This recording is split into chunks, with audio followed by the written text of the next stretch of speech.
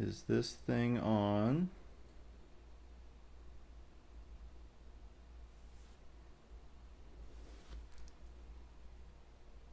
I really hope that it is. It's not showing up on my John over here, but I hope we're fine. Uh,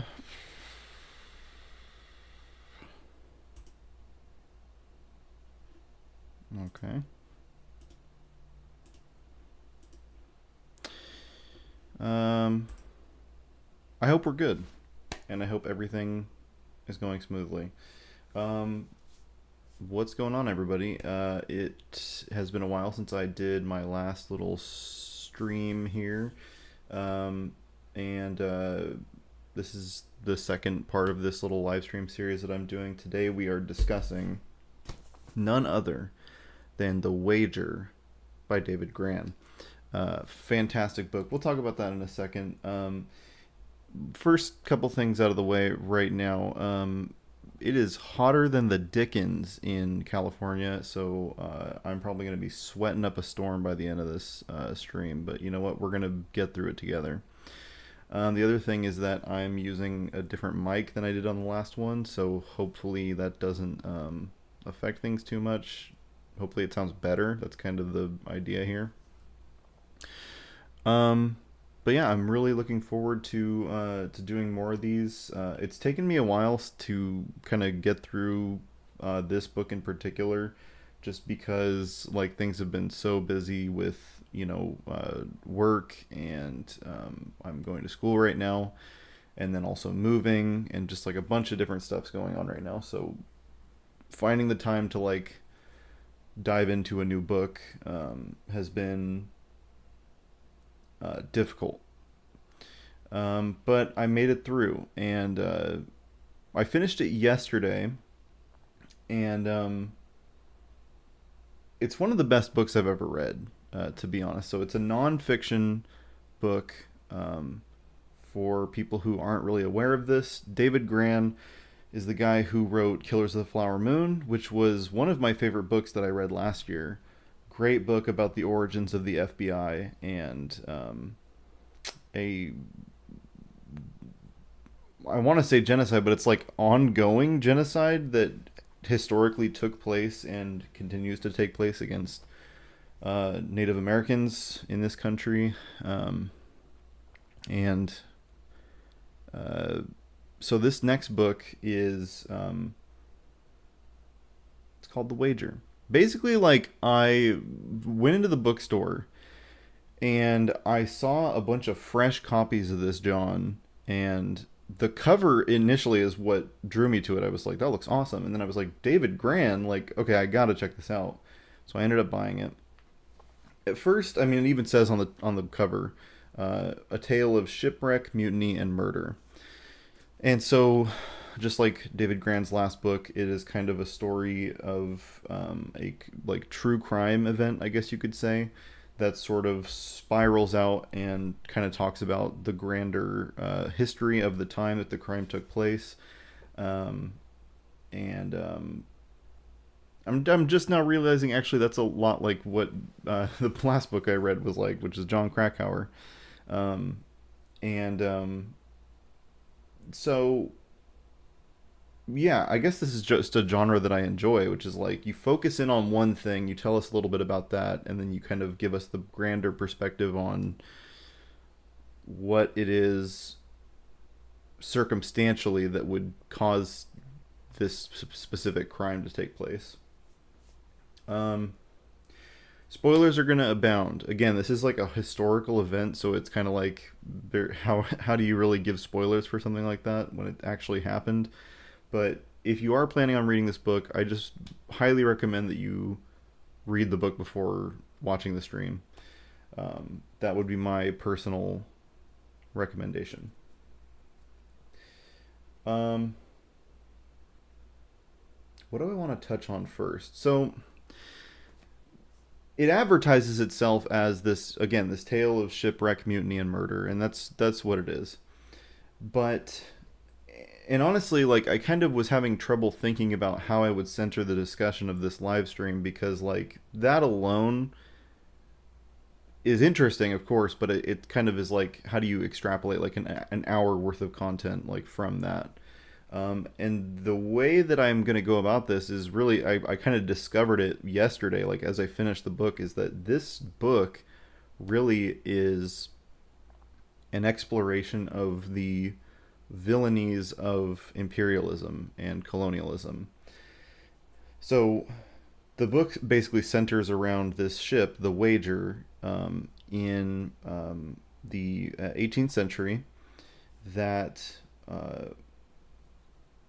wrecks on an island on its way to engage in war with the Spanish.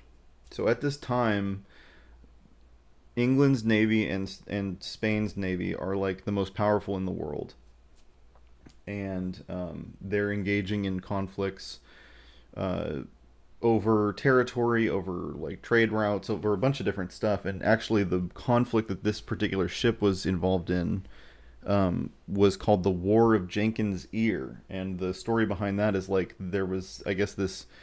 I think he's an admiral named Jenkins in the British military, and supposedly the Spanish military cuts off his ear, and the British government utilizes this event to kind of spur nationalism and patriotism, and like spur the war effort onward. And so it's in the broad kind of that's kind of the back uh, the background of this particular ship going out to sea. It's going to it's it and an armada of British ships are on their way to engage with the Spanish. To do so, they're going to have to sail around Cape Horn, and Cape Horn is this notoriously dangerous area to sail through. There's like the Strait of Magellan and like all these different areas and terrible weather that if you hit it at the wrong time, it's like just insanely disastrous to try to sail through. Um, excuse me. And so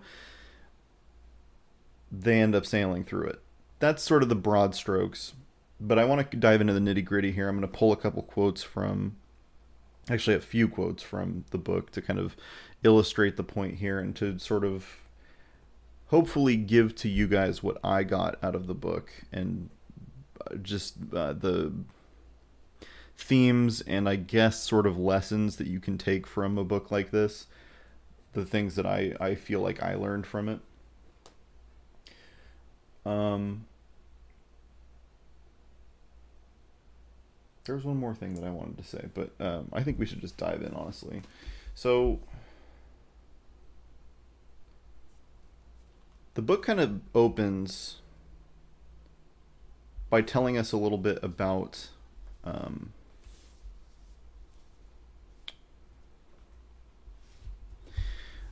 telling us a little bit about naval culture in the time that this book takes place and the circumstances around, you know, a boat sailing to sea at this time.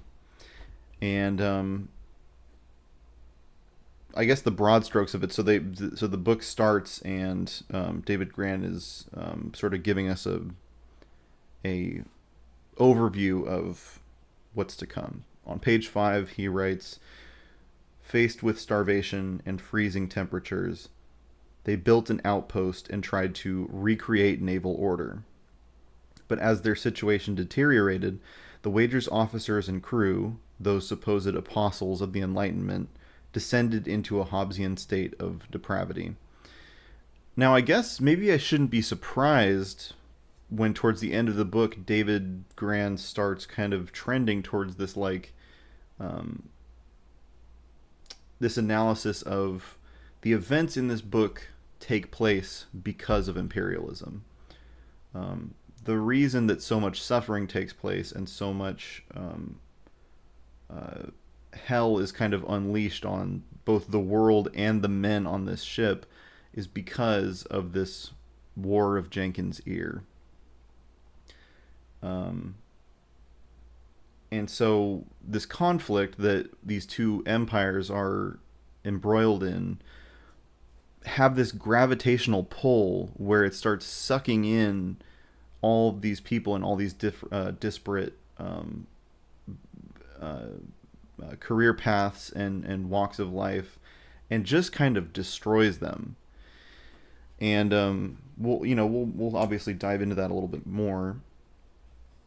But it's funny because right off the top, he's talking about the Enlightenment, these ideals that Europe was kind of embroiled in at the time, especially England, and you know, Hobbes being a big thinker, at least either of the time or shortly before the Enlightenment. Um, I need to brush up on my Enlightenment history, but it kind of conjures to mind that like these are people that supposedly, and we'll see later in the book that they kind of like um, they denigrate who they deem savages, uh, native Chileans and all these people. The Kaweskar, I believe, is the tribe that they kind of encounter. Um, that essentially these men that think of themselves as like above the savages are thrown into peril and immediately become savages themselves. Um, so we'll move on here.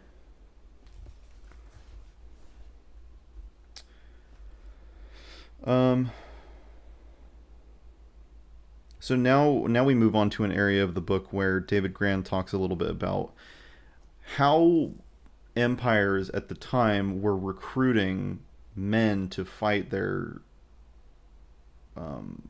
conflicts. Because here's the thing: is that you can inspire people to support a war, but it's harder to convince people to actually endanger their lives and actually go fight people overseas. And it's much more difficult to do that than it is to just simply be like, we should go to war, right? So what they end up doing, at least in this case, is that in London there are these I can't remember what they're called, but there are these squads of men that go out and like round up fighting age men and just sort of lock them away on ships. And and some of them are like prisoners, some of them are people that were like in jail, some of them are just like random carpenters and like all these different types of people. um and essentially they lock them on these ships so that when the ship sets out to sea, it's like, well, you don't have any way home, there's nowhere for you to go, you may as well fight for king and country. um and so in this way they kind of like just trap these people and get them to do their bidding. um I should also mention before I go any further, uh, this book mainly centers around the these three, I guess you could call them main characters. It's weird to think of them as characters when they were real people, but the three sort of main characters, I guess you could say, are: number one, probably the main character, is a midshipman by the name of John Byron, who was the son of a local lord, and came from sort of a noble background and was thrust onto this ship. And partly this book is kind of a coming of age tale, where it's John Byron, who would eventually go on to be like this great sailor, and like I think he becomes an admiral towards the end of the book. But this kid who experiences the most awful things, and kind of in this way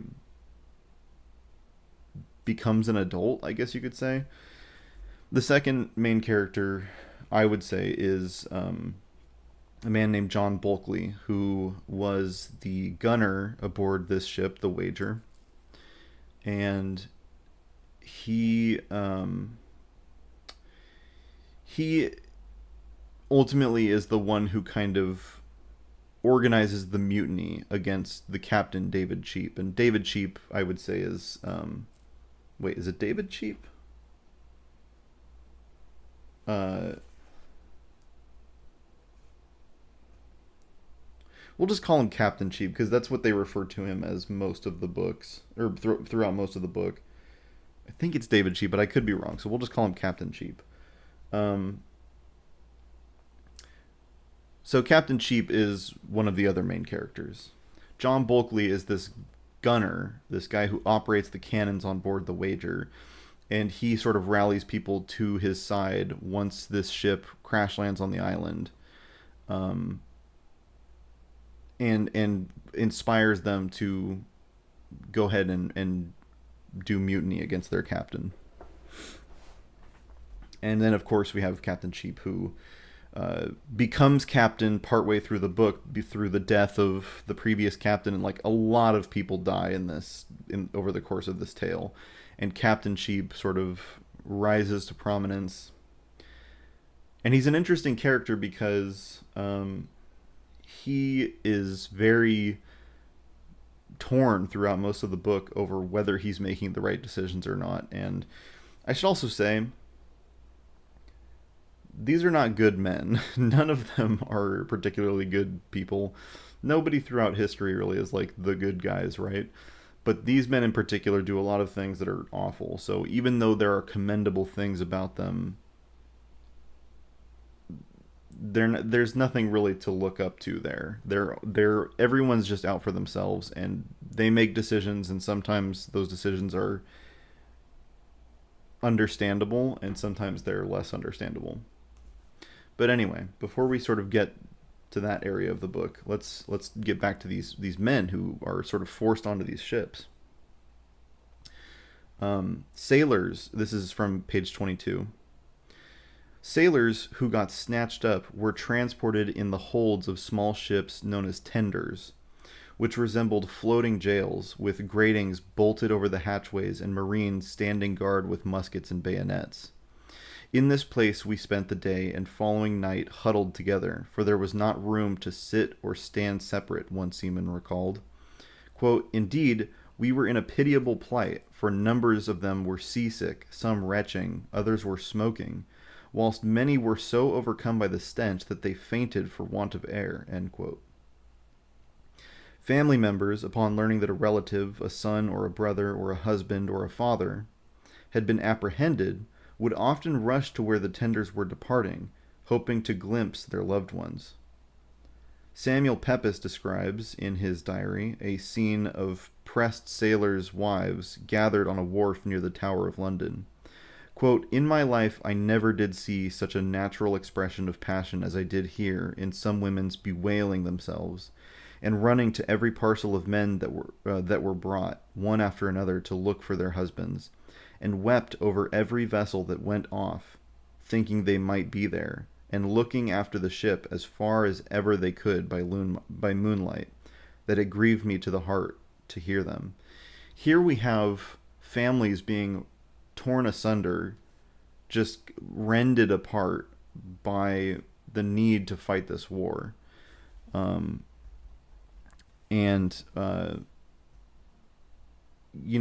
think this is something that often happens in times of war, is that families are just destroyed. Oh,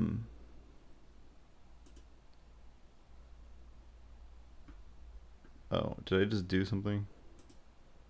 I didn't mean to. I think I added a stream marker or something. I don't know. I barely know how this shit works.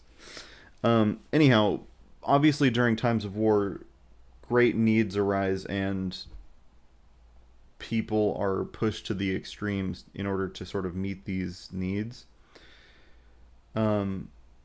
But just the image of like these men who did not want to go to war being thrust upon ships and sort of locked in place to fight this war is really moving. And their families just like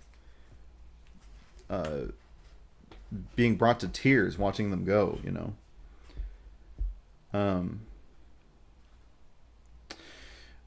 So at this point, we kind of start talking about who is the crew of this ship on the Wager. Who are the key players, and there are many. Throughout the book, David Grann has to kind of reiterate who these characters are, what their relationship is to each other. You know, it's like, oh, this guy, the tailor, or this guy, the purse keeper, or whatever, to reinforce the structure of the naval order aboard these ships.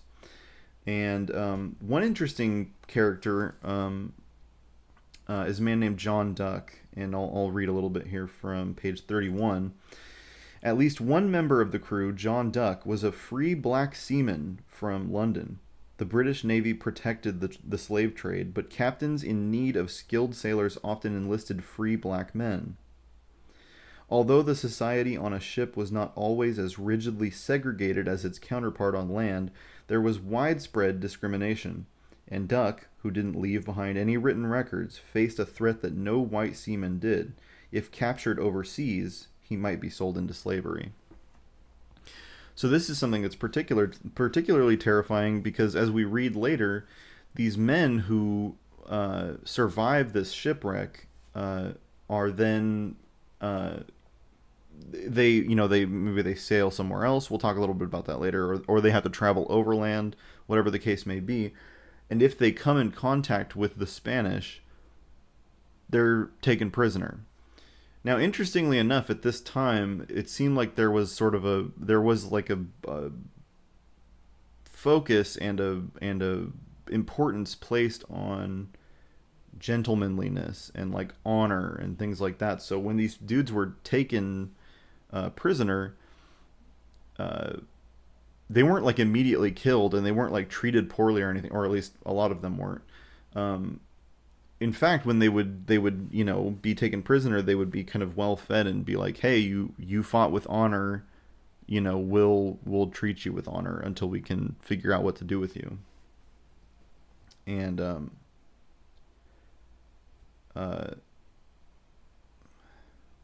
okay, I'm like kind of watching the stream and hoping that it's not dying. Anyway, so one interesting thing to note here is that John Duck, as a free black seaman, doesn't have this luxury. And so it's interesting to compare, at the time, the slave trade in the United States to other parts of the world, and see how they differed and how they were similar. And that, I think I could be wrong. I actually might be wrong about this, but I'll say it anyway. I think it wasn't until the Civil War that the United States actually started utilizing both slave and free black men in their military. And at this point, the British Empire is using free black men as part of their slave, or their their military force. And just to reiterate here about the sort of focus on the gentlemanly nature of seafaring, military men. This is a quote from one British captain talking about what is required of someone to be a sailor. Quote, "It is a mistaken notion that any blockhead will make a seaman," end quote, the captain explained. Quote, "I don't know one situation in life that requires so accomplished an education as the sea officer. He should be a man of letters and languages, a mathematician, and an accomplished gentleman." So this is, often throughout the book, you're treated to these images of these guys while they're undergoing, starvation and the constant threat of war and scurvy and like all these awful things, the awful weather that they experience. Images of them like reading poetry and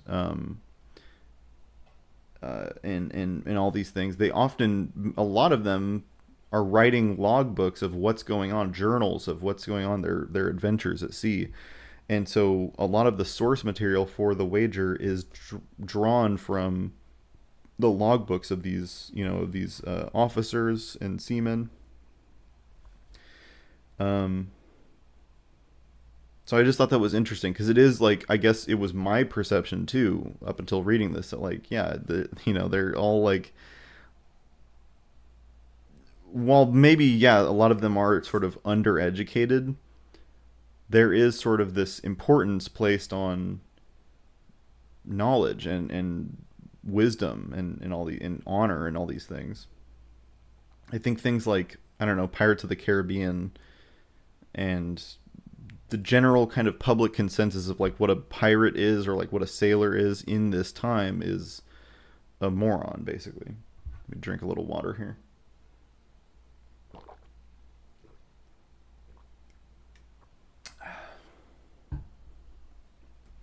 So, here's an interesting little tidbit. Another thing that I didn't know until reading this book. Just some interesting little factoids, I guess you could call them. This is from page 35. During the Age of Sail, when wind-powered vessels were the only bridge across the vast oceans, nautical language was so pervasive that it was adopted by those on terra firma.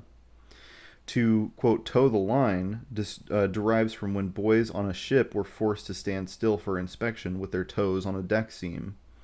To, quote, pipe down was the boatswain's whistle for everyone to be quiet at night, and, quote, piping hot was his call for meals. A, quote, scuttlebutt was a water cask around which the seamen gossiped while waiting for their rations. A ship was, quote, 3 sheets to the wind when the lines to the sails broke and the vessel pitched drunkenly out of control. To, quote, turn a blind eye became a popular expression after Vice Admiral Nelson deliberately placed his telescope against his blind eye to ignore his superior's signal flag to retreat. Just random little bits of information like that abound in this book. Just little things that's like, wow, that's where that comes from. Interesting. Little stuff like that, I think, is cool because it's this time in history was so important. It was so influential to the resulting, centuries of history until now.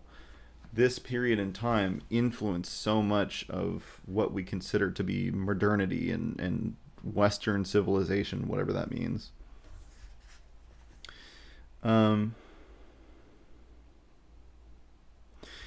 So here's a little bit about Cape Horn, which is where these men plan on sailing in order to engage with the Spanish. On page 63. When a British expedition discovered these waters in the 16th century, it turned back after battling what a chaplain on board described as, quote, the most mad seas. Even those ships that completed the journey around the Horn lost countless lives, and so many expeditions ended in annihilation, shipwreck, sinking, disappearing, that most Europeans abandoned the route altogether. Spain preferred to sail a cargo to one coast of Panama and then haul it more than 50 miles across the sweltering, disease-ridden jungle to ships awaiting on the opposite coast. Anything to avoid tempting the Horn. Herman Melville, who made the passage, compared it in White Jacket to the descent into hell in Dante's Inferno. Quote, at those ends of the earth are no chronicles, end quote. Melville wrote, except for the ruins of spars and holes that hint of dark endings. Quote, of ships that have sailed from their ports and never more have been heard of, end quote. So just reiterating here, like, this is incredibly deadly and barely charted waters that they're sailing through. There's times during the book where, they're having to consult their maps and old logbooks of other people who have done the same journey, and they just don't even know where they are. And I mean, if there's anything that this book did to me, if there's any lesson that I took from this book, it's that the ocean is fucking terrifying, and sailing in it is incredibly, incredibly difficult. to have the ability to know like where you are in the ocean was something that at this time was still kind of being mastered. The ability to like gauge from the stars and have a dead reckoning of like where you are on the planet and where you're headed and which way the wind is blowing so that you can kind of guide your ship like through the ocean, and it's being turned along the axis, like it, like just all of this different stuff that makes it so difficult to navigate the globe via sail, um, even in calm waters, because this is not typical territory that they're sailing in. If you're sailing, in oceans that are calm, even then it's still relatively difficult. Um, More on that later.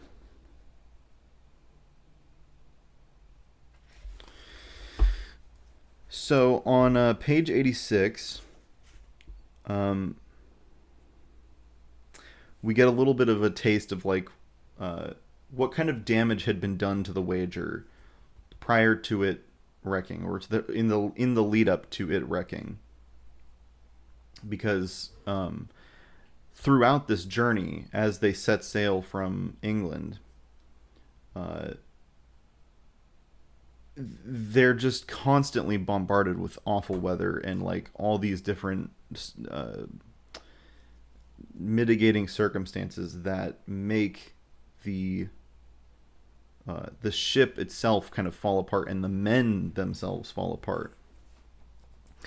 This is on 86 again. Though the wager was an eyesore, she was sacred to Bulkley, and every day she was being devoured even more than the other ships.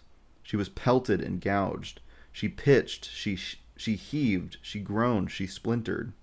Then one day, after colliding with a wave, the mizzen, a vital mast, toppled over like an axed tree, crashing down with its rigging and sails into the sea. All that was left was a stump. Thomas predicted that a ship in such a condition would inevitably perish in these waters. The wager, laboring in the waves, fell farther and farther behind the rest of the squadron. So here we have several ships sailing together, and they're having to communicate via shooting guns off at certain times and raising different flags, and sometimes just literally yelling from one ship to another. But like the roar of the waves is so loud that like you're having to communicate to one another in all these different ways. And as these ships start to fall apart and start to falter, they start to lose contact with one another. From this expedition, there's really only one ship that like survives, and even then, it's so badly damaged that we'll see later in the book. It only really gets to fight like once before it's like, all right, we need to we need to decommission this ship, and then we'll head back to England and kind of regroup and whatnot. So that's kind of the damage that's being done to it as it's traversing the ocean. And sort of we see the beginnings of it being separated from its squadron, from this was it the Centurion, I believe? Yeah, the Centurion, which the admiral of the fleet is on, a guy named Anson, who we'll probably hear a little bit about later. Anson's on the Centurion, and it starts to his ship, the Wager, is drifting off to sea.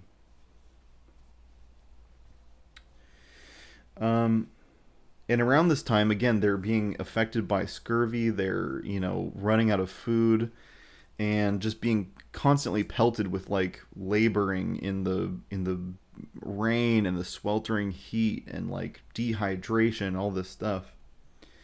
On page 87, the men on the ship are being described, quote, quite jaded and fatigued with continual labor and watching, and pitched with the cold and want of water. They became so dejected as to lay themselves down in despair, bewailing their misfortunes, wishing for death as the only relief to their miseries. In the wake of this conflict is just being or let me rephrase, I guess. imperialism and this specific conflict is like leaving a trail of disaster whereby these men would rather die than continue on their mission. Um, Throwing themselves to the deck and like and wailing and praying and these awful things that they're subjected to because of the wishes of the English state. But here on 89, we get a little insight into Captain Cheap's mindset about this. Uh, and it says here on 89, if Cheap failed at this challenge, was he truly a captain after all? We start to see glimpses into Captain Cheap's perspective on all of this. We start to get the image of this captain who, this is kind of all he has, this naval order that he's following. And if he fails in this task, like, why not just, throw in the towel and allow somebody else to take up the mantle of captain? And we'll hear a little bit more about Cheap here in a bit. He's a very interesting fellow, and I think it is quite interesting to see how a man who is so devoted to honor and gentlemanliness and all this stuff kind of unravels, and the limits of his patience and virtue are tested. So this is a little description of like basically while the ship is going down, and the men are hearing the ship just like buckling as they're kind of trying to save it. Page 94. Another mountainous wave swept the ship, and she lurched onward, stumbling through a minefield of rocks, with no rudder to steer her, and with the sea pouring through the hole. The carpenter's mate Mitchell cried, quote, 6 foot of water in the hold, end quote. An officer reported that the ship was now, quote, full of water up to the hatches, end quote. Byron glimpsed, and perhaps more terrifyingly heard, the surrounding breakers, thunderous waves crushing everything in their jaws. They were all around the ship. Where was the romance now? And again, John Byron is somebody who's reading, Robinson Crusoe and like adventure books of like all this stuff, all these seamen who had gone out to sea and done and seen all these incredible things. He himself kind of being stirred with the nationalism and patriotism, like wanting to fight the Spanish. And now as he's kind of facing what is potentially his death, he begins to question all of that, and again his innocence is tested and ultimately kind of falls apart. Page 96. Water flooded the lower portions of the ship, snaking from chamber to chamber, filling nooks and crannies. Rats scurried upward. The men who had been too sick to leave their hammocks drowned before anyone could rescue them. Later on that page. And as Byron climbed to a high point on the vessel's ruins, the sky cleared enough for him to see beyond the breakers. There, shrouded in the mist, was an island. So now they're castaways on this island, which I don't know if I ever noted it here in the book, but they end up calling it Wager Island. I believe it's still called Wager Island. I should probably Google that, but they dub it Wager Island, and there's this big mountain that kind of looms over their little camp that they set up, that they dub Mount Misery. But before we get to that, page 100, Byron was awed by Cheap's bravery. He gave his quote, he gave his orders at that time with as much coolness as ever he had done, end quote. Still, there was something unnerving about his resolution, as if he believed that only in death could he reclaim his honor. Again, this captain is unraveling as all this is taking place. They finally make it to sea, or to shore. they haven't set foot on land in like 2.5 months, and their captain is kind of unraveling and realizing that um, maybe even in the wake of this, like uh, because I've lost the ship and I've like kind of abandoned the mission, like you're supposed to keep sailing and sail on with your admiral aboard the Centurion, basically until you die. You're not supposed to abandon the ship and go to an island and try to survive. Like that's not part of this. And so Cheap questions himself throughout the book, and again, like only thinking that the only way that I can truly make it through this with a sense of self and a firm belief in who I am is to die, um,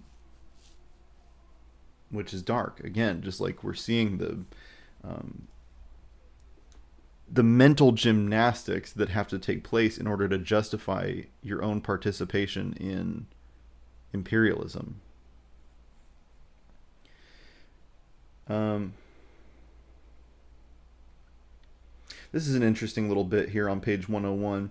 After several hours, most of the company had been evacuated, but the carpenter's mate Mitchell, who'd always had a murderous glint about him, refused to depart, as did a dozen or so of his cohorts.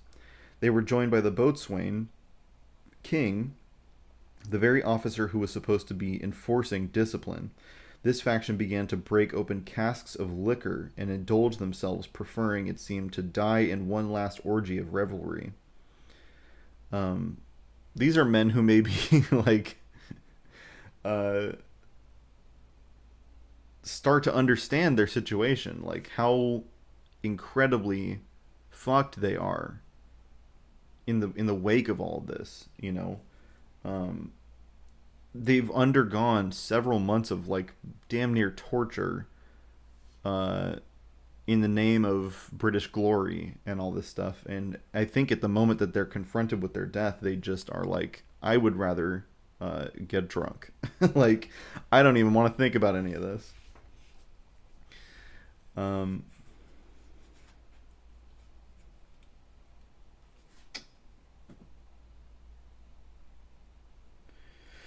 do, do, do, do.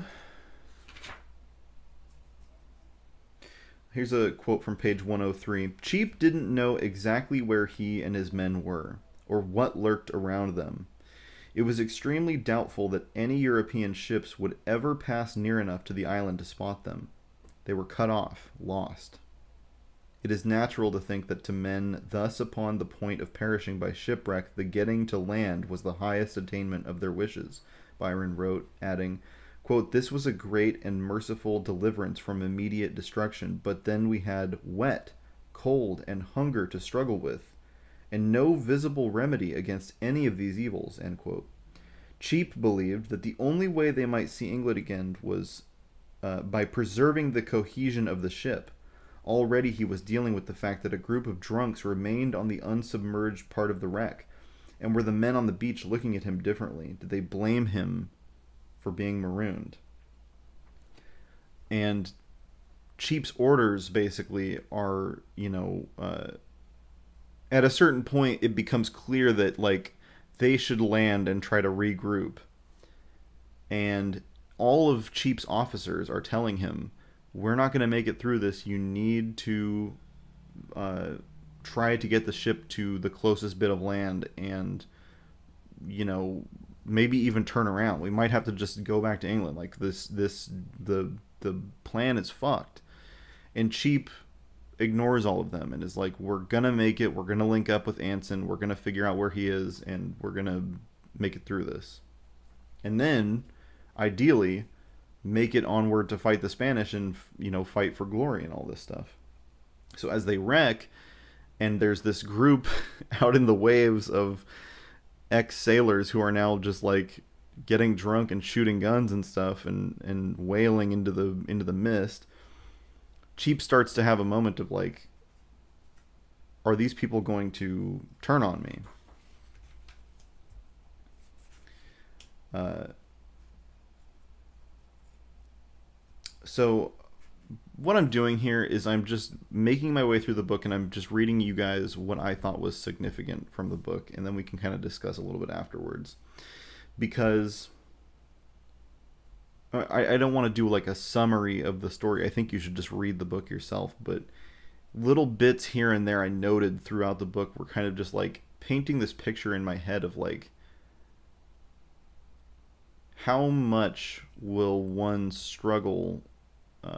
There's a couple themes at play here, right? There's like the loss of innocence with John Byron. There's with Bulkley, we'll see here in a bit. There's this theme of like uh,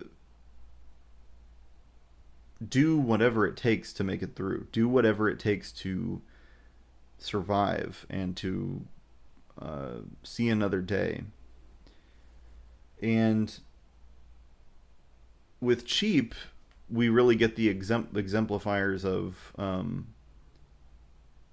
how much are you willing to sacrifice in the name of empire.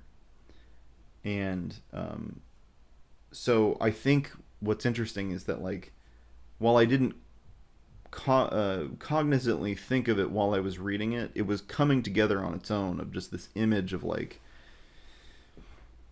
how far empire and colonialism will drive people to commit horrible acts and do the most awful things. Here on 105, Mitchell and his gang, abetted by the boatswain King, had commandeered what remained of the ship, pirating the wreckage like the survivors of an apocalypse. Quote, some were singing psalms, end quote, Campbell noted. Quote, others fighting, others swearing, and some lay drunk on the deck, end quote. A few of the inebriates had fallen into the pooling waters and drowned, and their corpses were strewn among the revelers, along with empty casks of liquor and debris. Just falling into just like absolute, what's a better word than anarchy? I don't know, just chaos, just bedlam.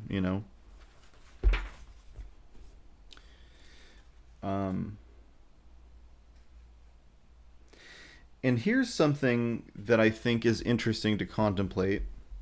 Because this is a nonfiction book, I wasn't really quite looking out for as many literary devices as I should have been. I feel like if I went back and read through this book again, I would be able to identify a lot more literary devices here. But one that I noticed immediately in the moment is what seems to me maybe David Grann taking a quote or taking a bit of this logbook and interpolating it. I don't know if I'm using that word correctly. Interpreting it as a kind of symbol, and I'll talk a little bit about what this symbol I think is. But I'll read here from page 111. Once, when Byron was apart from his companions, he spotted a vulture sitting atop a hill, its head bald and obscene. Byron crept toward it, trying not to make a sound, to rustle the leaves, loud growling nearby. And then again, a totally unfamiliar sound. He bolted. Quote, the woods were so gloomy I could see nothing, end quote, he noted. But, quote, as I retired, this noise followed me close, end quote. Clutching his musket, he stumbled through the clawing branches until he reached the rest of his party. Some of the men claimed that they had not only heard the growling, but had glimpsed, quote, a very large beast, end quote.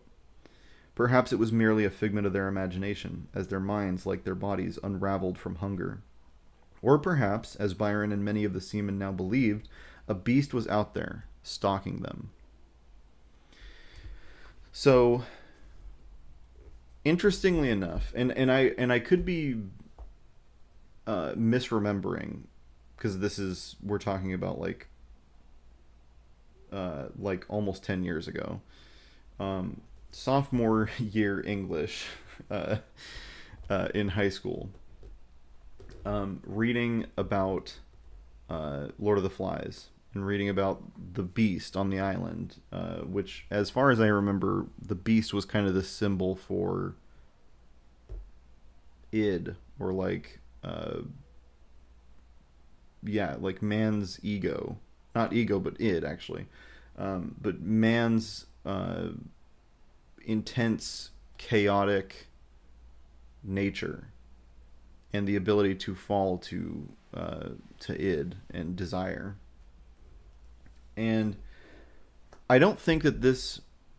It's funny because it's described as like a beast, and it's described as something that's pursuing Byron.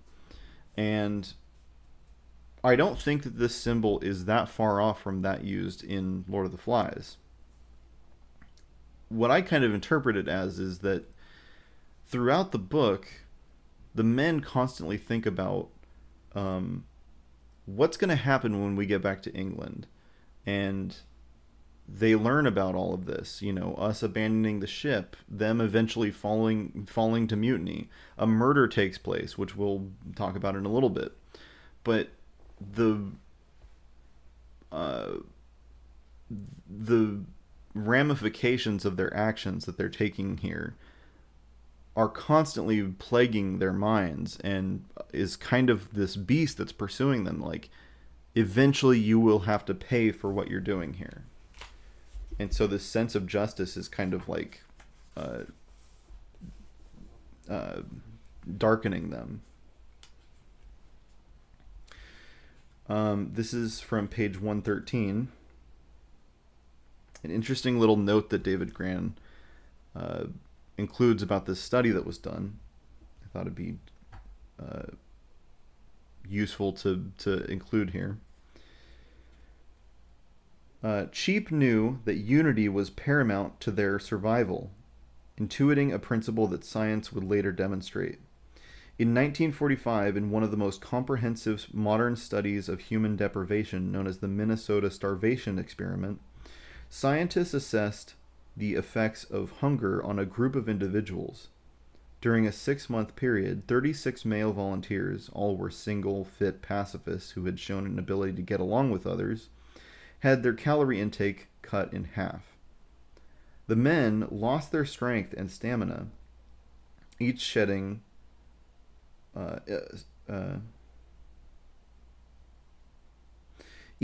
roughly a quarter of his body weight, and they became irritable, depressed, and unable to concentrate.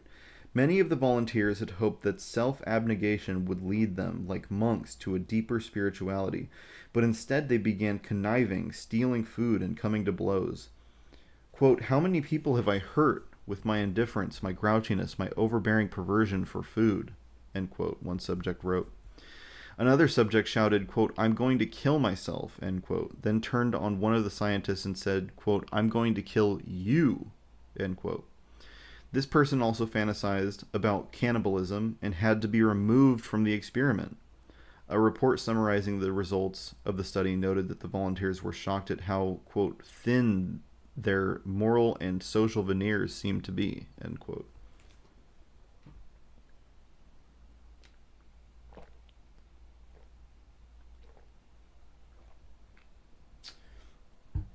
We're never very far off from falling into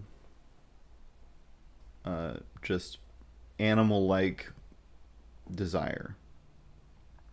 I think this study shows that pretty clearly. And I know that there's another case of this with like the hungry judge observation or whatever it's called, where it's like judges will often meter out or mete out lighter sentences after they've had lunch. So basically, like, you're hungry and then you're doling out like all these like awful, hateful things, and then you have a little snacky, and then your brain like resets into kindness and happiness mode or whatever.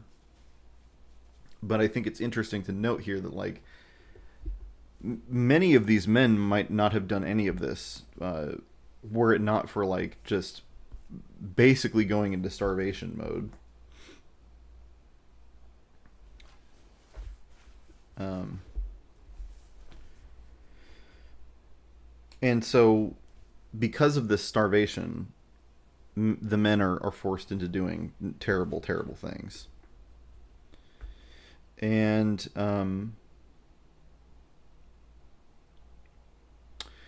they're forced into eating a dog that Byron is given by one of the Kawaskar. I think that's how you pronounce it. This local tribe of native Chileans that come to the aid of these sailors. Now, the Kawaskar eventually leave because they realize, like, these Englishmen are terrible. They're awful to each other. Like, they have no will to cooperate, and they're overfishing this whole like area of the coast and like all this stuff. Things that, given their situation, they think is relatively normal, but these Kawaskar kind of come upon them and are like, "You guys are fucked up. We're bouncing." But they left one of their dogs, and Byron sort of begins taking care of it, and the men eventually, due to their hunger, come for the dog. On page 132, soon Byron could no longer hear the dog barking. The men had slaughtered it. Byron didn't record it. Byron didn't record if it was done by gunshot or by hand, as though he were unable to dwell on the killing. The animal was roasted over a fire while the ravenous men in the company gathered around the flames, awaiting their share. Byron remained by himself, distraught. But eventually he went over and watched the men in the smoky firelight devouring the meat and viscera. Under the circumstances, the gunner Bulkley wrote, quote, "We thought no English mutton preferable to it," end quote. Byron finally reached out and took his portion. Later he found some of the discarded paws and pieces of skin, and he ate them too. Quote, "The pressing calls of hunger drove our men to their wits' end," end quote, he confessed. And I think this specifically is like the end of Byron's innocence. After this point, Byron ends up kind of having this crisis of faith. Not literal faith, but his faith in his captain, his faith in just, humanity, and the circumstances that they endure drive him to losing who he thinks he is, or like losing what he thinks he's capable and or not capable of doing.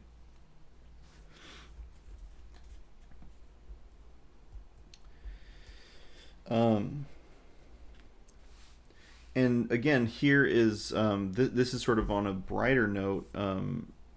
This is the beginning. We see the beginnings of the theme I was talking about earlier, where it's like humans are meant to persevere through some really awful circumstances. On page 134, the shipwreck had laid waste to the old hierarchies. Every man had now been dealt the same miserable hand. Bulkley observed that such conditions, cold, hunger, disarray, could, quote, "really make a man weary of life," end quote. But amid this leveling and squalor, this democracy of suffering, Bulkley seemed to thrive. He maintained his fine shelter and thinned out the vegetation surrounding it. And whereas many in the company seemed merely to be waiting for death, for eternal peace, he continued to forage fanatically. So it's just like the slings and arrows of this situation they find themselves in.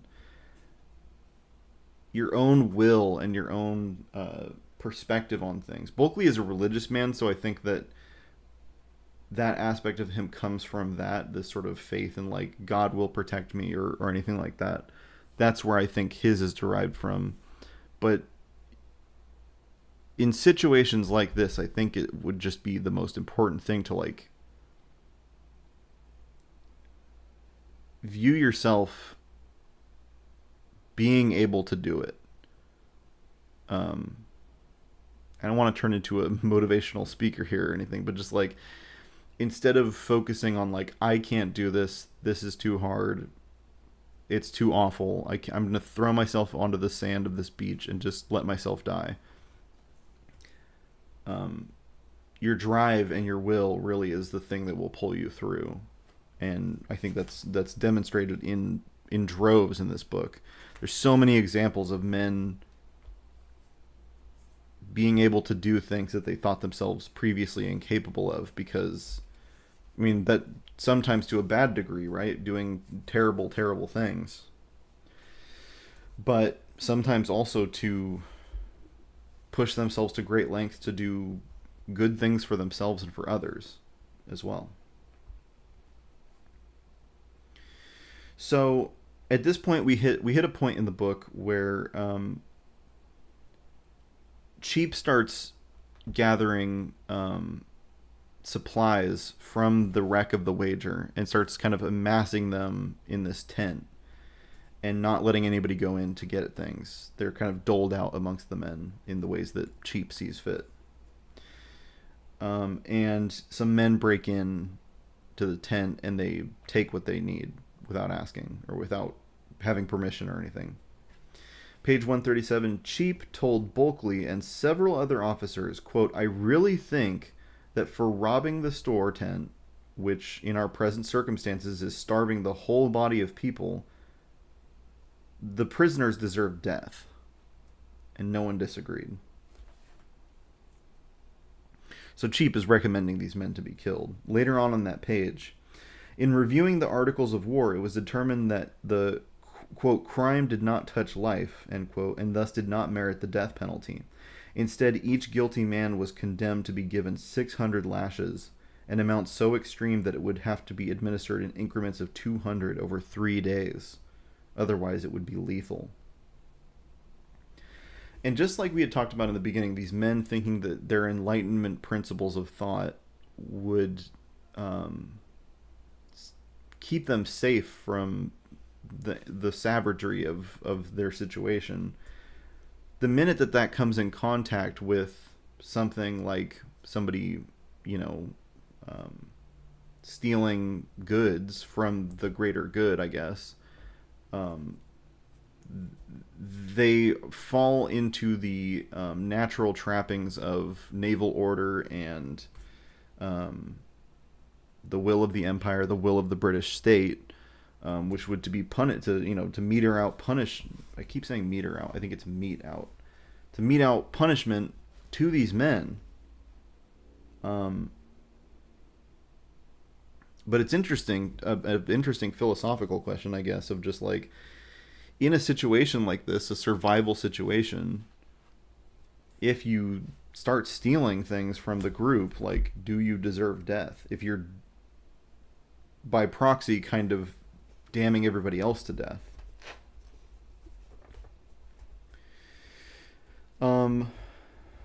Let's see here.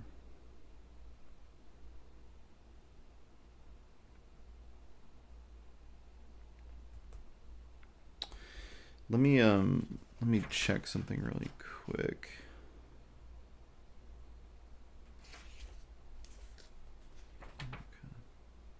Okay. So I should do a little summary here. That during this part of the book, Captain Cheap shoots one of the men. He's driven to murder. And why does he do this? The man that he shoots is disobeying orders, or just not following orders in general. And he's kind of like given himself over to, you know what, we're never getting out of this.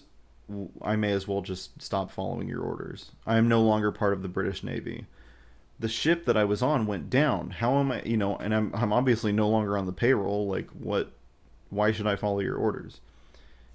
And there's some back and forth, and then eventually Captain Cheap shoots this man.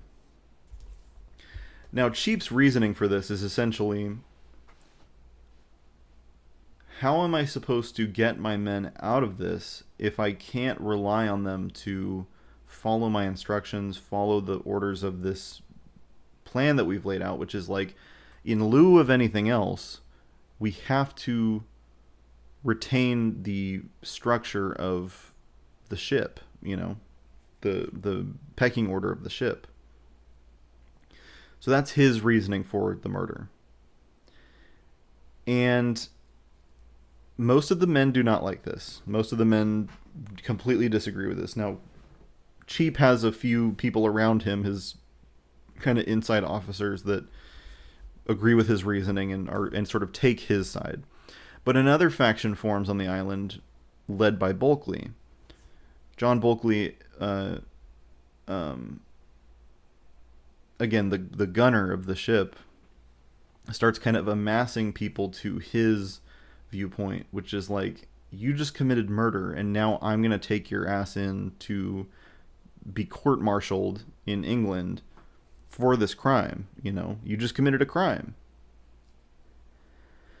And so there begins to be mumblings of a mutiny, of the men having to go against Cheap.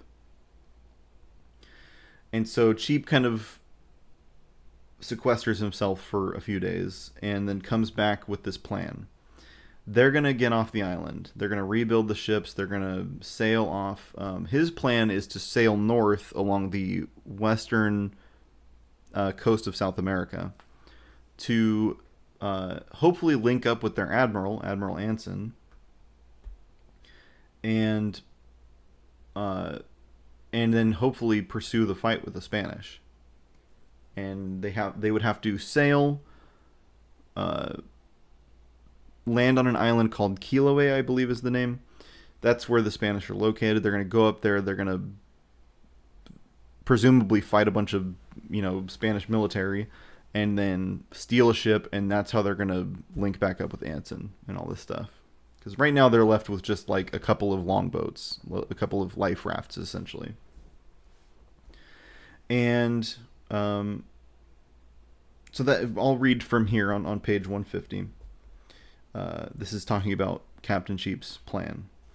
Sail to the rendezvous point and search for Commodore Anson and any surviving members of the squadron. Then they proceed on the quest for the galleon.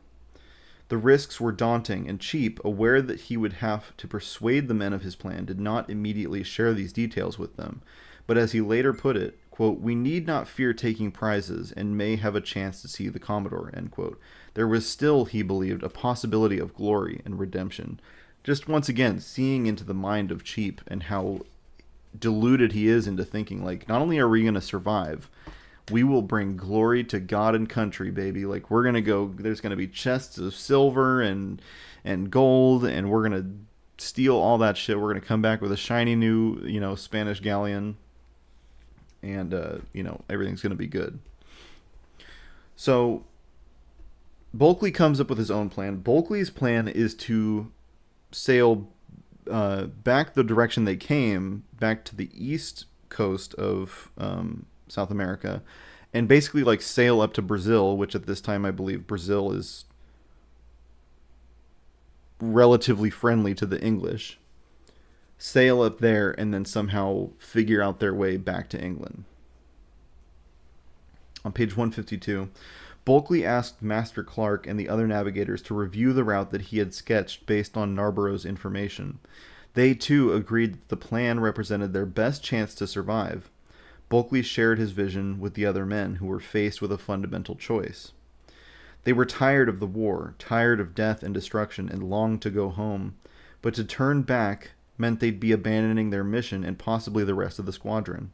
And to make things worse, Captain Cheap had just announced that he expected them to do their patriotic duty and head in the opposite direction. They would find the Commodore, he vowed, and never retreat. Which again is his orders, right? To link up with Anson and continue this fight. There's still a war going on. The War of Jenkins' Ear, So here we get to, how does Byron feel about all this? This man who, or this boy, but kind of now man, basically, who all this time has been loyal to to Captain Cheap, and has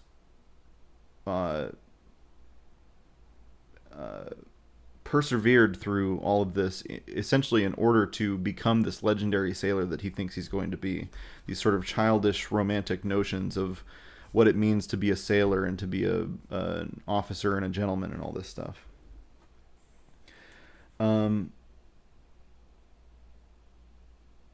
Oh, but actually, sorry. So I guess I should clarify. The mutiny takes place. Like the Bulkley takes off and leaves Cheap and a few other men on the island, and Bulkley and a bunch of other men start sailing, but they end up having to, due to bad weather, they end up on another island that's like really not that far off, like really not that far away from Wager Island, and Byron has sort of a crisis of faith of like, do I stay with these men and do all this stuff, or do I sail back to the captain? On page, what page is this? It's 173. He had originally made a choice that he could bear. Abandoning the mission to return home was a decision that might subvert his naval career, but it would save his life. Doing this to Captain Cheap was different. To play a role in totally deserting his commander, no matter how flawed and tyrannical he was, threatened the romantic image of himself that he had clung to despite the horrors of the voyage. As he continued watching Cheap in the distance, he and some of the men shouted 3 cheers to their old captain, and then Cheap was gone, and Byron's decision seemed irreversible. It's almost like it smacks of a once positive and hopeful politician that gets into office, and when confronted with the reality of the system they've just entered into, has this kind of crisis of faith. Do they remain loyal to the party, remain loyal to the party line that they've been sold, or do they go their own way? And hopefully, ideally, in this case, in Byron's case, save his own life. So Byron goes back to the men that he mutinied the captain with. He's asking them for food, basically, I think is the case. Page 176, Byron walked away, then, distraught. He walked back and asked again. It was futile. He wondered how people could be so cruel. As he departed, he lost his hat in a gust of wind. The seaman John Duck walked over to his old companion and generously gave him his own hat. Byron was overcome by this flash of kindness. John, he exclaimed, I thank you. But insisting that he could not leave Duck without a hat, he returned it. It's interesting to me that, like, the only person that can, like, relate to the struggle of this kid is kind of the only other person who has been subjected to some kind of what's the word I'm looking for? Like, in other words, that what I'm trying to say is, like, it's interesting that it is a black gentleman who is undergoing, like, all this discrimination and, like, everything of the time. He's the only one that can relate to the struggle of this kid, and shows this gesture of kindness in all of these men who are supposed to be, John Byron's countrymen and fellow white men or whatever, are incapable of, like, extending this hand of grace. And it is striking to me. I think the thing that struck me the most is he wondered how people could be so cruel. It's just like this kid that you've been sailing with all this time and surviving with on this island is asking for grace and mercy, and they all, laugh at him.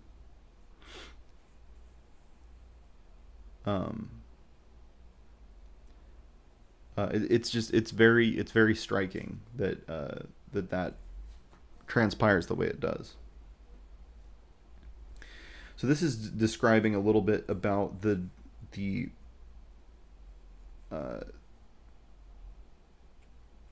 qualities of the ship that they kind of construct to do this mutiny. as they're sailing away, on this basically life raft. This is the the surroundings they find themselves in. Page 177. With 59 people on board, there was no space to lie down, and it was nearly impossible for the crew to move about to raise a sail or pull a rope. After serving several hours on watch, the men on deck would struggle to switch places with those below in the hold, which was as dank and dark as a coffin, but provided a measure of protection from the elements. To urinate or defecate, a person had to lean over the side of the hole. The stench of the men's wet clothes alone, Bulkley wrote, makes the air we breathe nauseous to that degree that one would think it impossible for a man to live. This is the reprieve they have from the island, which is just like absolute hell. Page 184, just writing. One 12-year-old boy pleaded to a close companion for some extra flour, saying that he would otherwise not live to see Brazil, but his shipmate was unmoved. Quote, persons who have not experienced the hardships we have met with, unquote, Bulkley wrote.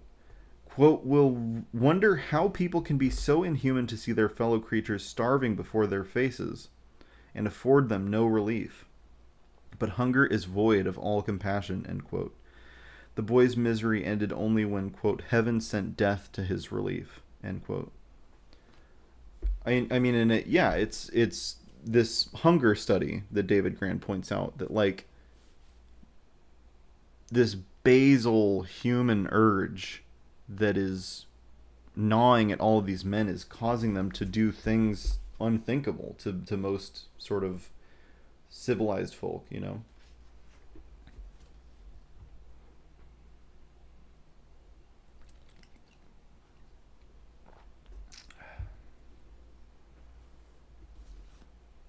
So, page 196.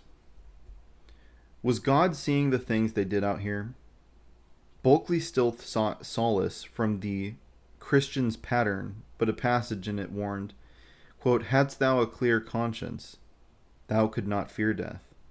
It were better to avoid sin than to flee death, end quote. Yet was it a sin to want to live?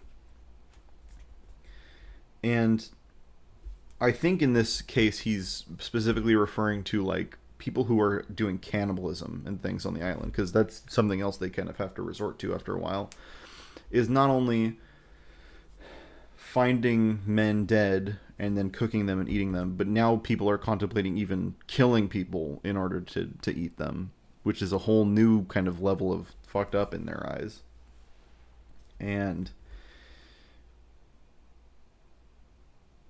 it's funny that this man is deeply religious, so of course he thinks about things in these terms.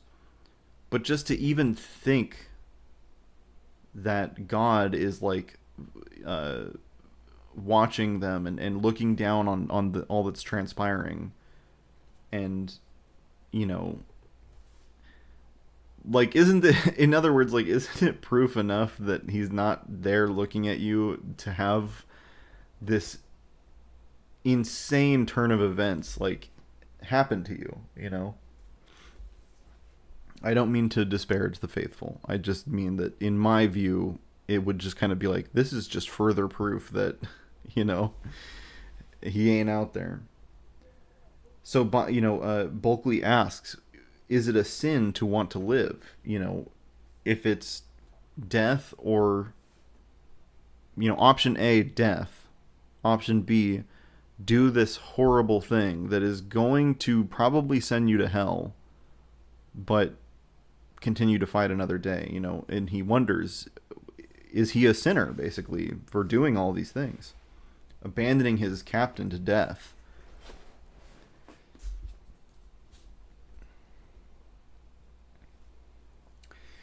And so Bulkley makes it to Brazil with his party. On page 198, to Bulkley, the fact that a single one of them had survived was proof of God, and he believed that any person who could still doubt this truth, quote, justly deserves the wrath of an incensed deity, end quote. I guess he's referring to me. In his journal, he noted that the occasion of their arrival in Brazil should be known as the day of our deliverance and ought to be remembered accordingly. I will say, I mean, although it is an interesting perspective to take, in this moment that you feel the salvation, it probably would be hard to not thank God in one way or another, in any way that you, in which that manifests for you, you know? So they make it to Brazil, and factions of the people that survived end up looking for Bulkley's journal, uh, with which to burn. They want to burn it because Bulkley has written down everything that's transpired since they set off from London. And so the people that, you know, resorted to cannibalism, and the names of the people who actually engaged in the direct mutiny of Captain Cheap, and all of this stuff, everything that's transpired, all the terrible things that they've done, they want to burn the record of it so that when they face judgment, they don't, you know, the court martials don't come knocking, basically. Page 202. The lives of the former castaways were once again at risk. Only now the danger was not from the natural elements, but from the stories that they would tell the Admiralty. There was still no news of Cheap and his party, and it seemed unlikely that they would ever emerge to tell their side. But what if they did? And even if they never returned, someone in Bulkley's group might offer a conflicting account, one that implicated his compatriots in order to spare himself. As the sense of paranoia deepened, Bulkley wrote that he'd heard King had vowed, quote, either to compel us to deliver up the journal or to take our lives, end quote. An official in Brazil remarked how strange it was that, quote, people who had undergone so many hardships and difficulties could not agree lovingly together, end quote. The forces unleashed on Wager Island were like the horrors inside Pandora's box. Once unlocked, they could not be contained. This, again, kind of going back to Lord of the Flies, almost, where it's like, it's almost like the island itself is compelling these satanic urges to come out of these men, even though that's not the case, obviously. So page 205. When Bulkley was a castaway, he had stopped waiting around for others in power to display leadership, and now, months after his return to his native island, he decided to launch another kind of rebellion, a literary one. He began plotting to publish his journal. Bulkley would shape the public's perceptions and, just as he had on the island, rally the people to his side. Anticipating that some would consider the journal's publication a scandal, it was common for senior officers to release narratives of their voyages, but not a mere gunner. He wrote a preface to preempt criticisms of his decision. So it's interesting that in this moment, this gunner, this, you know, cannon operator, Bulkley, is sort of weirdly discovering class consciousness. Like, you know, like he's having to appeal to the broader audience to be like, hey, look, like, I'm no snooty admiral or anything, you know, I just did what I had to do. And the public he was trying to essentially do populism and like sway public perception of himself into favorability. An interesting parallel, I guess, would be, you know, supposedly some Epstein documents were released, and it's looking ever clearer that Donald Trump was involved in the whole Epstein thing to a degree which is pretty crazy and pretty unprecedented in anything else that we've seen. And so utilizing, however undeserved, his image of the man of the people or whatever, you know, swaying people to his side, and making them forget the awful things that he's done, essentially, by appealing to this broader humanity.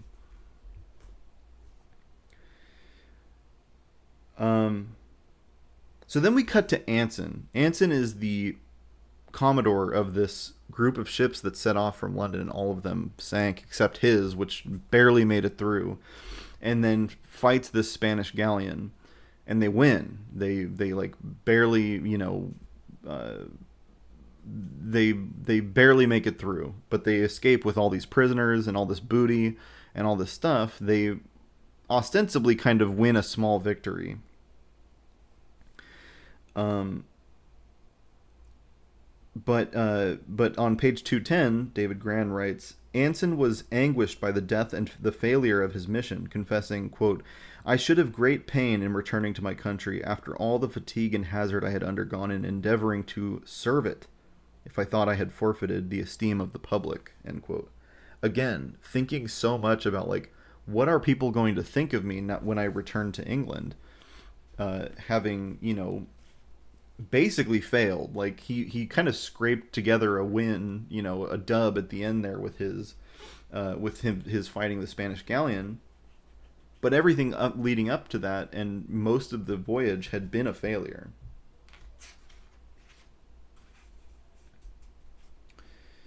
Um,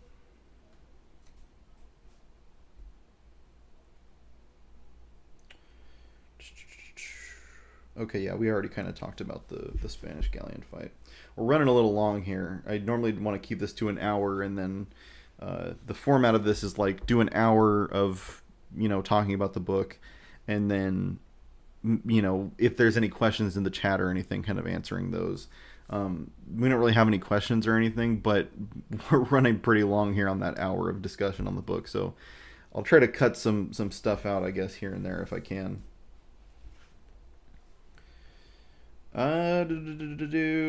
Just some notes here about Byron kind of realizing his racism, I guess. Here's an interesting little bit on page 223. As the four castaways continued across the Gulf, they followed their Chono guide's advice about when to row and when to rest, and how to find shelter in limpets. Even so, the castaways' accounts betrayed their inherent racism. Byron routinely referred to Patagonians as savages, and Campbell complained, quote, we durst not find the least fault with their conduct, they looking upon themselves as our masters, and we finding ourselves obliged to submit to them in all things, end quote. But the castaways' feelings of superiority were upended daily. When Byron plucked some berries to eat, one of the Chono snatched them from his hand, indicating that they were poisonous. And, quote, thus, in all probability, did these people now save my life, end quote, Byron wrote. So Byron kind of coming to the realization that, well, maybe not, I mean, at the time it's like, what, I'm not doing anything wrong, I'm just kind of casually racist. But in the context of the time, at least, realizing in that brief moment, these people that I thought were savages are saving my ass. And so we finally kind of reach the point where David Grann starts wrapping all of this up into ideas of imperialism and colonialism. And we get this nice little passage on page 228 of Byron returning to London and just seeing like how much it's changed. I'll just read here. The city, that, quote, great and monstrous thing, end quote, Defoe called it, had grown even in the years since Byron had been gone. The old houses and churches and shops now crowded amid new brick buildings and tenements and stores. The streets were jammed with coaches and carriages, with noblemen and traders and shopkeepers. London was the pulsing heart of an island empire built on the toll of seamen and slavery and colonialism. I mean, this is the heart of the book right here. Like, this passage in particular is what this book is trying to say. All of the hardships and all of the disasters and all of the just like shit was in the service of the crown and the service of the nation. And it seems to be calling into question, was this all worth it? Was, John Byron having to eat his own dog to survive and watching people eat other humans, like, was it worth this? I like barely even want to call it progress. It is progress, I guess, but to a certain degree, it's like you're setting back so many other people that it's like it's progress for you, for the English population, I guess, but at the cost of, again, slavery and colonialism and just like the utter destruction that you leave in your wake. Page 231. uh oh, sorry. So essentially at the end of the book he's talking about like these couple different perceptions of the story of the wager, and how, um what's a good way to sum this up? They're about to go to trial. All these people are about to go to trial, and um they've all kind of had their own stories of how this all played out. I guess that's the easiest way to sum it up. 231. Yet no matter which story prevailed, the trial would surely expose how the officers and seamen, part of that vanguard of the British Empire, had descended into anarchy and savagery. The sad spectacle might even supplant the glorious tale of Anson's capturing the galleon. Again, the horrors of this just kind of like overshadowing even the glories of imperialism or whatever.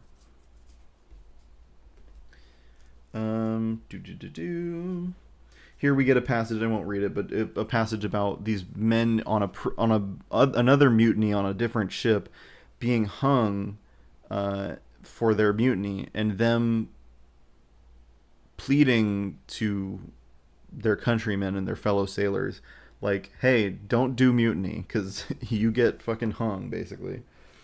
Um, so the brainwashing just runs so deep that it's like, don't try to save yourself, basically, because you are still subject to the all reaching arm of the empire.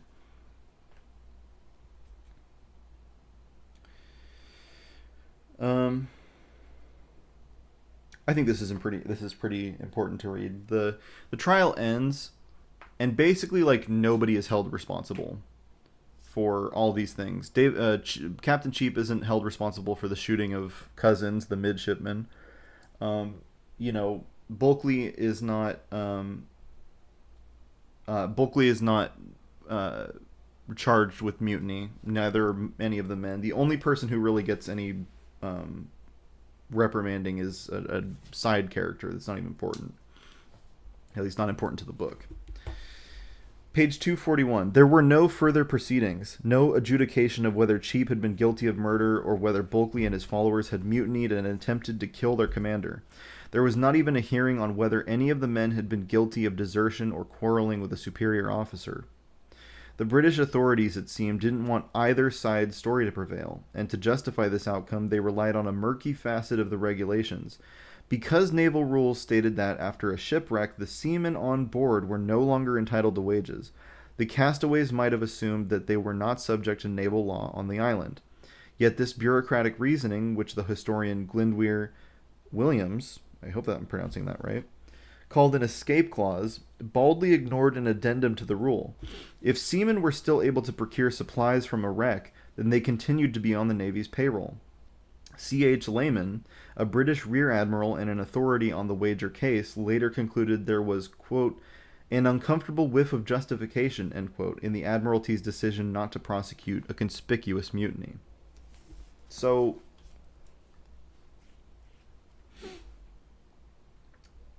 I have a hard time with this because I genuinely don't understand the ruling.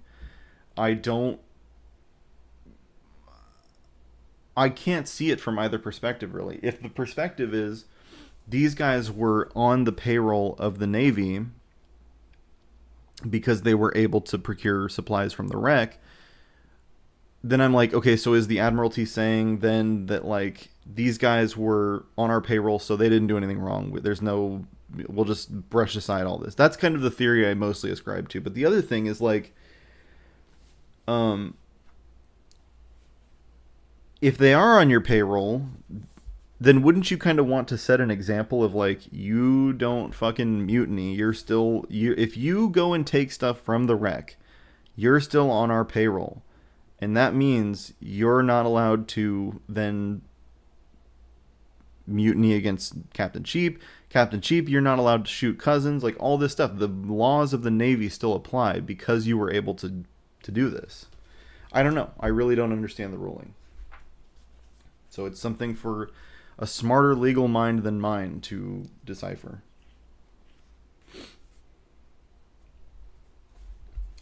So here's a longer passage, and I think maybe this is where, well, let's see what these other ones I had marked here were.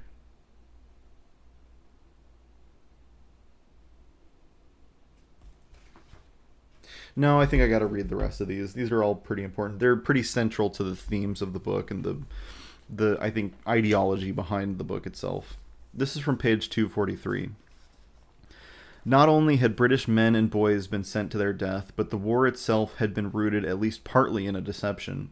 The merchant Captain Robert Jenkins had indeed been attacked by the Spanish, but this had occurred in 1731, 8 years before the outbreak of the war. The incident had originally drawn little attention and was forgotten until British politicians and business interests clamoring for war dredged it up. In 1738, when Jenkins was summoned to testify before the House of Commons, it was widely reported afterward that he had held up his ear in a jar of brine and delivered his rousing remarks about sacrificing himself for his country. But though he was certainly called to testify, no transcript exists of what occurred, and some historians have suggested that he was out of the country at the time. British political and economic interests had their own ulterior motivations for war.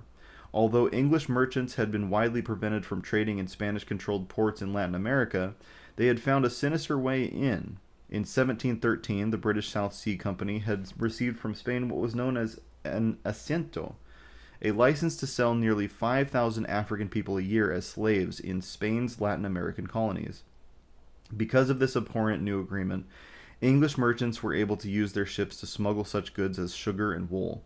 As the Spanish increasingly retaliated by seizing vessels that sold forbidden goods, British merchants and their political allies began searching for a pretext to rally the public for war to expand Britain's colonial holdings and monopolies on trade.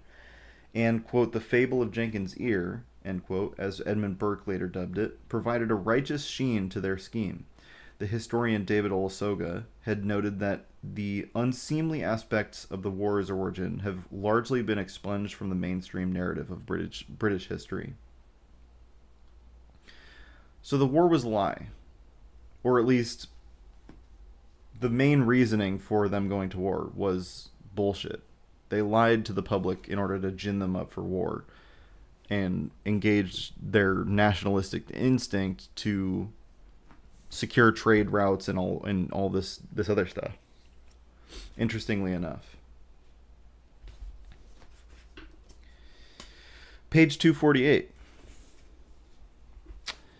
After Morris returned to England, he published a 48-page narrative, adding to the ever-growing library of accounts about the wager affair. The authors rarely depicted themselves or their companions as the agents of an imperialist system. They were consumed with their own daily struggles and ambitions, with working the ship, with gaining promotions and securing money for their families, and ultimately, with survival. But it is precisely such unthinking complicity that allows empires to endure. Indeed, these imperial structures require it. Thousands and thousands of ordinary people, innocent or not, serving and even sacrificing themselves for a system many of them rarely question. Strikingly, there was one surviving castaway who never had a chance to record his testimony in any form, not in a book or in a deposition, not even in a letter. And that was John Duck, the free black seaman who had gone ashore with Morris's abandoned party. He was also the one that tried to return Byron's hat. Tried to give Byron his hat. Duck had withstood the years of deprivation and starvation, and he had managed with Morris and two others to trek to the outskirts of Buenos Aires. But there his fortitude was of no avail, and he suffered what every free black seaman dreaded. He was kidnapped and sold into slavery. Morris didn't know where his friend had been taken, whether to the mines or to the fields. Duck's fate was unknown, as is the case for so many people whose stories can never be told. I believe he will end his days in bondage, Morris wrote, quote, there being no prospect of his ever returning to England, end quote. Empires preserve their power with the stories that they tell, but just as critical are the stories they don't tell, the dark silences they impose, the pages they tear out. This struck me as important because essentially what David Grann is kind of making the point of saying is like empires' strength are in the propagandistic ability to sway publics into thinking what the empire wants them to think by virtue of something like the tale of Jenkins' ear. But the other thing is that they completely erase and wipe out certain histories and uh, in that way, again, sway public perception of what they're doing. I also just thought it was interesting because it's like, again, this thing that John Duck feared the whole time of being taken captive and then sold into slavery, ended up happening as a result of imperialism. This is the last thing I'm going to read here on page 257. And this is the last paragraph of the book. I thought it was really beautiful. Near Mount Misery, where the castaways built their outpost, a few stalks of celery still sprout. And you can forage for scattered limpets like those the men survived on. And a short way inland, partially buried in an icy stream, are several rotted wooden planks that hundreds of years ago washed up onto the island. About 5 yards long and hammered with tree nails, these boards are from the skeletal frame of an 18th century hull, His Majesty's ship, the Wager. Nothing else remains of the ferocious struggle that once took place there, or of the ravaging dreams of empires. At the end of the day, all of this was for naught.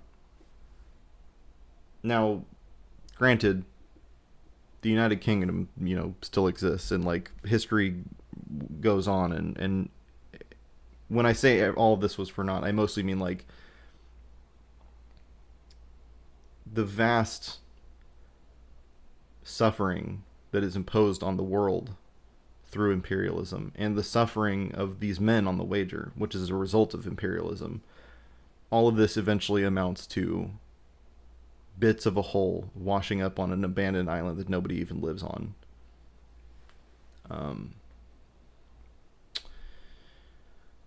So my takeaway from this book mostly is imperialism bad. I guess that's really all it amounts to. It's like, this was some stupid bullshit that was cooked up by the British government in order to secure trade routes and do war with the Spanish.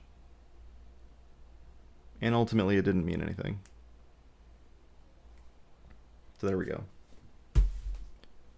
Great fucking book. I cannot recommend it enough. I really can't. If you've made it all the way through this live stream and you haven't already ordered a book, go order a copy. Like, this is such an amazing book. I had a really great time just like blowing through it in a couple of days. And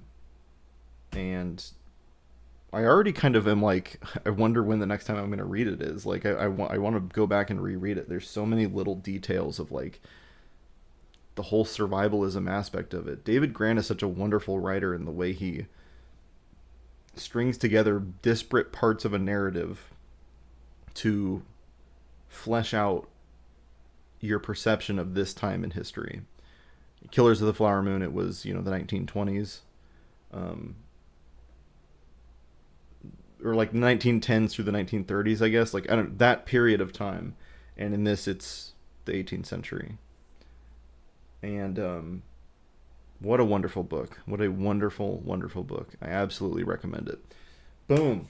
Guys, that's The Wager by David Grann. The next book we're going to read, in case you want to keep up with this here live stream series, is Vincent Bugliosi's And the Sea Will Tell. I didn't really plan on doing two ocean books, back to back, but that's where we're at. Vincent Bugliosi was the lead prosecutor on the Charles Manson murders, and he wrote the book Helter Skelter. That's sort of where I know him from, but he writes this book about murder at sea, and again, it's funny because it's like right after we read The Wager, but this is what we're reading next. So if you want to sort of read along, I guess you could say, with this live stream series, Check it out. Vincent Bugliosi and The Sea Will Tell. Thank you guys so much for watching. If you like this video, please make sure to like it. Please make sure to subscribe so that you get notified when I go live and when I upload new videos. Make sure to comment. Let me know what you think of The Wager, of David Grann, of everything I just said. And more than anything, people, stay hydrated because holy moly, it's hot right now. This heat wave we're going through is nutso. Thank you guys for watching, and I'll see you in the next one.